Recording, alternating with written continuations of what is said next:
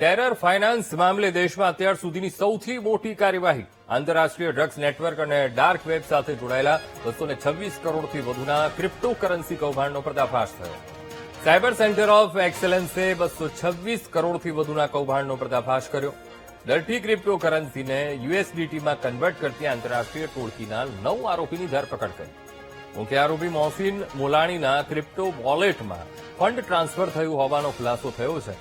શંકાસ્પદ વોલેટ અને bank account તપાસતા અન્ય 9 લોકોના વ્યવહાર સામે આવ્યા. આરોપીઓએ આતંકી સંગઠન હમાસ સાથે નાણાકીય વ્યવહારો કર્યા હોવાનો પણ તપાસમાં ખુલાસો થયો. કે મોહસિન મુલાની જે છે એ અહીંથી યુકેના ડ્રગ્સના ઓર્ડરો મેળવતો હતો ટેલિગ્રામ અને ડાર્ક વેબ મારફતે, અને આ ડ્રગ્સના ઓર્ડરો ભૂતકાળમાં સલમાન અંસારી જે યુકેનો રહેવાસી છે તેને અને દુબઈ બેઝડ મોહમ્મદ જુબેર પોપટિયાને આપતો હતો. અને એ લોકો પોતાના નેટવર્કથી લંડનમાં જ અથવા બ્રિટનમાં જ બ્રિટનના નાગરિકને ડ્રગ્સ પૂરું પાડતા અને એ પૈસા પણ આ ક્રાઇમ સિન્ડિકેટમાં ક્રિપ્ટો મારફતે ચેનલાઇઝ કરતા હતા.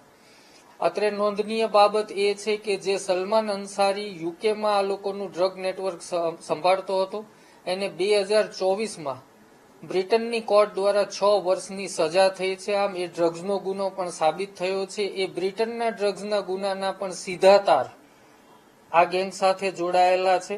આમ આ તમામ પ્રકારની ગેરકાયદેસર પ્રવૃત્તિઓ કરતી આ ગેંગના 9 સભ્યોની ધરપકડ કરવામાં આવેલી છે.